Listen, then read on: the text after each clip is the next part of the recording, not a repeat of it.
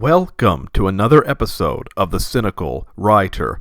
Before we get started, I just want to remind everyone that the best way to support this channel is to purchase my books, and I've left some links in the description section in case you're interested.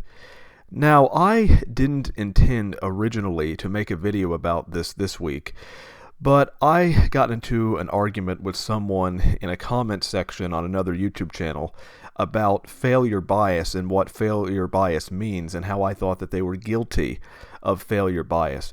It's a term that a lot of people aren't really familiar with. A lot of people are familiar with the term survivorship bias, which basically means that when people look at a successful person, and they automatically think, well, if I do the exact same things that this successful person did, that means I will succeed, not realizing that there are probably plenty of people who did do the same things that that successful person did, but failed.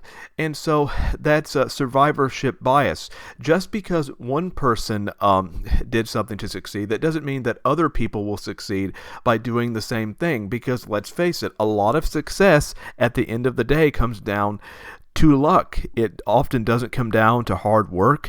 It doesn't come down to the quality of the thing you're making. I think a lot of people don't differentiate between the quality of something and whether or not something succeeds financially, because a lot of low quality things can succeed financially, and just because something is of quality, that doesn't necessarily mean that it will succeed financially. And I don't know why a lot of people find it hard to wrap their brains around this. I mean, we all know of music and movies and books that are of low quality but still do very well or are still very popular. So this idea that somehow that if something is of high quality it's going to succeed, that simply doesn't reflect reality. Or the idea that if something is of low quality that means that no one is going to buy it, well, that's also untrue. I mean, but I just find it really difficult to understand why people have a hard time comprehending that. But failure bias, which is a term that's not as commonly used, failure bias means that you look at either a book or a movie or a work of art or anything that hasn't been selling well. You look at the things that hasn't been selling well, then you try to come up with all of the reasons why those particular things aren't selling well. When in reality, there are probably examples of things that made the exact same mistakes but still managed to succeed, or the exact same so-called mistakes, because a lot of times if someone refers to something as a mistake, it's only really what they believe to be a mistake and what might not actually be a mistake in reality. So for example, when it comes to books specifically, a lot of people will, for example, look at a cover and they'll say, well, this cover doesn't really meet the standards of what I would consider to be good, so that's the reason that it's not selling. When in reality, there are a lot of books that have, I guess you could say, low quality covers that still do tremendously well. So the quality of a book cover has absolutely nothing to do with whether or not a book will succeed or not, because I think there are just too many examples of books with low quality covers succeeding.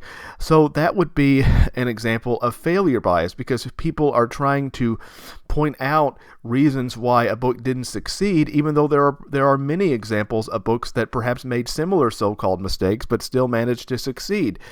And I also think that people have a tendency that if a book or anything else is highly successful, then they'll often overlook so-called flaws or mistakes.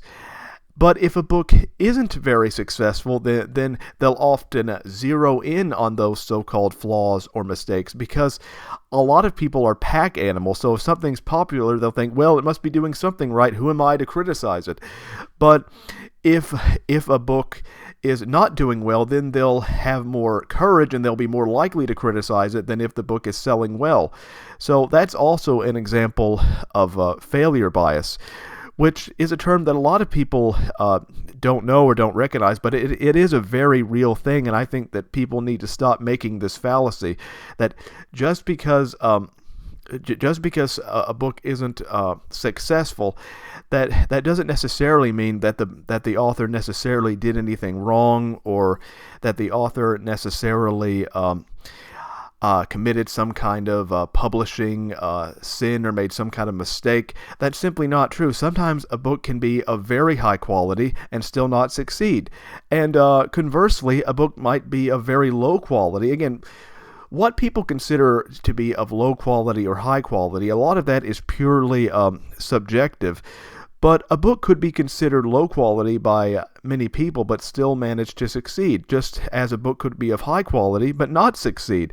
So I think people need to stop looking for reasons for why a particular book didn't succeed, or even reasons for why a book did succeed, because in many cases, a lot of it just comes down to luck. A lot of it just comes down to chance. It comes down to hitting the algorithm right, or knowing an influential person who promotes a certain kind of genre or a certain kind of book. There are so many factors that go into the success of a book that's completely outside of an author's control, and I just think many people need to be aware of that. Well, I hope you enjoyed my speech for today. Next week I will return with a different topic.